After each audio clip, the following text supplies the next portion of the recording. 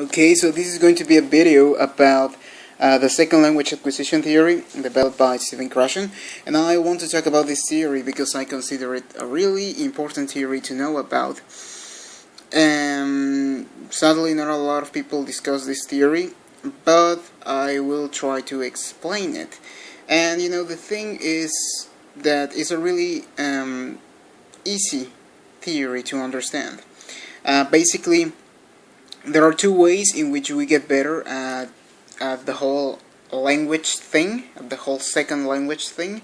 We either learn a language or we acquire a language. These are two key concepts in the theory of Krashen. But we have acquisition, we have learning, but what is the difference between them? Okay, let's start with acquisition. Acquisition is basically what you did when you were a little child. In this context, you didn't learn your mother language. Your parents didn't send you to a special school so you could learn your mother language. That is because in this context you acquired your language. You acquired your language from your parents, from the people that were around you. You basically acquired your language from your environment. You absorbed your language from your environment. That's what acquisition is. The second thing is learning. Now, learning is basically what you do in school or what you do in language courses. You go to your school and you get to know the grammar and you get to know the structure of the language and all of that fun stuff. And that's basically the difference between acquisition and learning. Now, another really important difference that these two concepts have is that acquisition happens unconsciously. You are not aware that anything is going on, but learning, on the other hand, happens consciously. You are aware that you're learning the past perfect of this verb. You're aware that you're learning this structure. You're aware of everything. But with acquisition, you are not aware that anything is going on. Okay, so we have acquisition, we have learning, but which one of those is the important one? If we make a contest between acquisition versus learning, acquisition is the winner. Acquisition is what really matters here. But what about learning? Well, learning, pretty much all of the rules that you learn in school or that you learn in books or whatever, all of the grammatical rules and all that stuff serves one purpose. It transforms itself into an editor of language. So basically, when you are going to speak, the first phrase that pops into your mind, that phrase is a product of your language acquisition. But before you actually say that phrase, the monitor or the editor, Stephen Krashen calls it the monitor, basically activates itself and quickly scans that phrase that you're about to say, and if that phrase is incorrect, it quickly rearranges that phrase in the correct order that should be based upon your knowledge of the grammar of the language, and then after that phrase is correct, you say that phrase. That's how it functions. So as you can see, the monitor, based on the grammar that you have studied, is pretty important. But what is really, really important is the acquisition, because the monitor is just an editor of language, and the acquisition is the way that you acquire language. So if you only developed a good monitor, well, that's okay, you have a good monitor, but you don't have nothing to edit, you don't have language, you didn't acquire a language. Acquisition is a way in which the language enters into your brain, enters into your being, and you can have a lot of monitoring ability. You could have a really good monitor, but if you don't have a language, if you haven't acquired a language, then you are not going to talk. You don't have language, you don't have nothing to edit, you're not going to talk. So that's basically the big problem that happens to a lot of people, that they actually learn the language, they learn the grammar, they develop a monitor, but they didn't acquire, they don't have language, and they can't speak and they can't express themselves. That's basically what is going on here. And acquisition is what really matters, okay? So, acquisition is what really matters. But now the question is, how do we acquire language?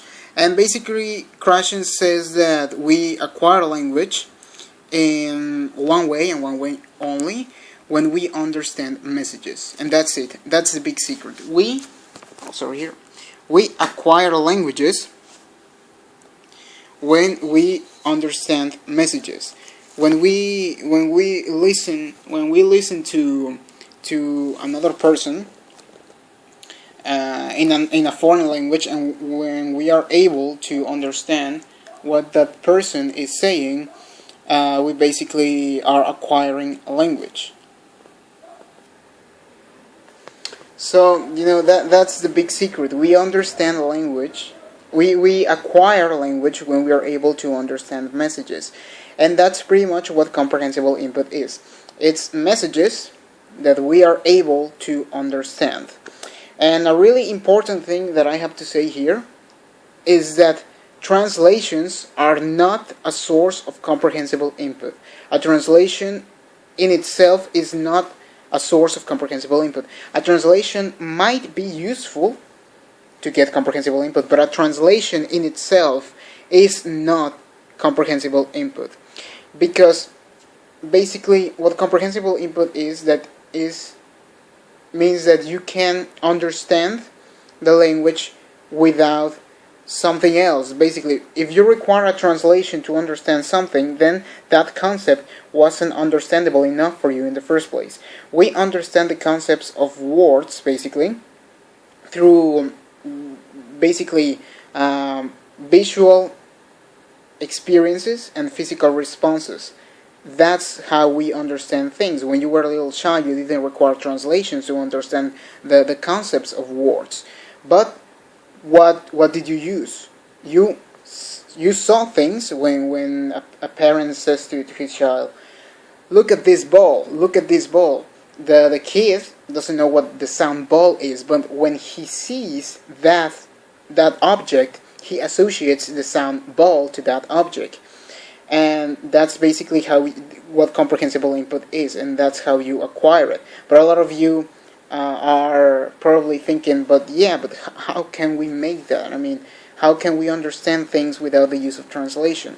Well, I'm going to give you a little presentation of what comprehensible input is in the French language. Alors, ça, c'est mon cahier. Ça, c'est mon cahier. Je ouvre mon cahier, je ferme mon cahier. Ça, c'est mon cahier. Il a un couloir bleu. Il a un couloir bleu. Alors, c'est mon cahier bleu. Je ouvre mon cahier bleu, je ferme mon cahier bleu. Je ouvre mon cahier, je ferme mon cahier. Ça, c'est mon cahier. If you were able to understand the key concepts of that presentation, which were cahier, bleu, ouvre, ferme, then I present those concepts to you in an understandable fashion so that you could acquire comprehensible input. And what were the elements that I use? Well, I just use visual experiences. Ça, c'est mon cahier, il a un couloir bleu. And I use physical responses like ouvre ton cahier, ferme ton cahier. And that's how you understand things, and that's how you comprehend things.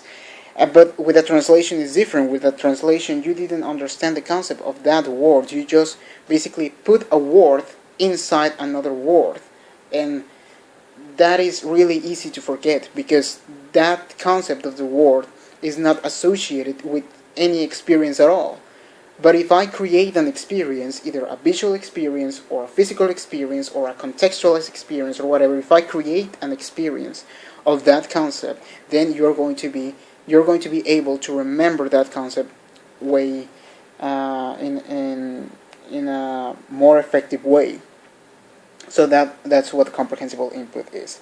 But now the question is, okay, comprehensible input is what really matters, but how do we obtain comprehensible input? Well, basically the thing here and the key here is to engage in content that you are able to understand. Engage in content that you're interested in and that you're able to understand. A lot of people are now thinking about this technique, which is the massive input theory, or I don't know, like the massive input method, in which, for example, they want to learn a language and they put everything on the language that they want to acquire. They put their video games in that language, everything on their house is in that language, everything on their computers is in that language, everything that they read is in that language, everything that they listen to is in that language, and everything is in the language. Okay, the problem with that is that if you're not able to understand what you're reading, if you're not able to understand understand what you're listening to, then there's no point. I mean, input in itself is useless if you're not able to understand it. That's why it's called comprehensible input. So if you're engaging in all of those things and you're not really understanding what is going on, then that is not really helping you. The thing is that you have to understand what they are saying. So my advice is that you should engage in things that you're able to understand. For example, if you're reading a book and you're understanding what is going on, or if you're watching a TV series and you understand what is going on. Now, by understand, I don't mean that you should learn every phrase, that you should know every phrase that they are saying. No. But to understand something means, for example, to a story, is to understand basically the plot of the story. What is going on? What are the characters doing? And why are they doing that? Follow the story. Maybe you're not able to understand all the dialogue or all the jokes, but you're able to follow the story. If that happens to you, then that is good. That is something good. You're understanding what is going on and you're acquiring. But for example, if you're reading a book and you have to require to translations and translations and translations and translations and translations to understand what is going on, then drop that book. That book is not helping you. Get another book that you're able to understand. But don't throw that other book away. That other book is going to help you, but not right now. Find another book that is easier for you to understand and also that interests you. So that's basically the key of this theory, to engage in content that is interesting to you and that you're able to understand. Don't engage with content that is too advanced for you, because even though you're going to listen to it and you can listen to it for hours and hours, you are not going to understand it really. You have to require the translations, and translations, they can help you, but I recommend you to engage in things that you really understand. And for me personally, the best things are visual things, because for me visual things are always going to be superior than just listening things, because when you look at something and you hear at something, you get the visual context of what is going on. If you just listen to that, to a concept, if you just listen to something, then you're not getting the visual content. For example, if you are listening to the radio, to a Spanish radio, and you listen to the word cartera, that's it. That's all that you have in radio. You just have the sound of the word cartera, and that's it, cartera. And you're like, cartera, what is cartera? But if I presented to you a visual aid, a visual experience, and if I told you cartera, cartera, it has money and everything, cartera, then you will know what cartera is. So, in my point of view, a visual experience is better than just listening to the word. So, in visual experience, you can use movies that you're able to understand, series. Series are particularly good because they have a lot of context, and they are the same story, basically progressing slowly, and you're able to understand via a lot of context. And comic books and everything that offers you a visual aid is great. And that's basically engage in content that you're able to understand and you will acquire it. So that's basically it. If you want to learn more about this theory, you should read Second Language Acquisition and Second Language Learning by Stephen Krashen, and The Natural Approach by Stephen Krashen and Terrell. Of course, I am simplifying this theory. This theory is a little bit more complex.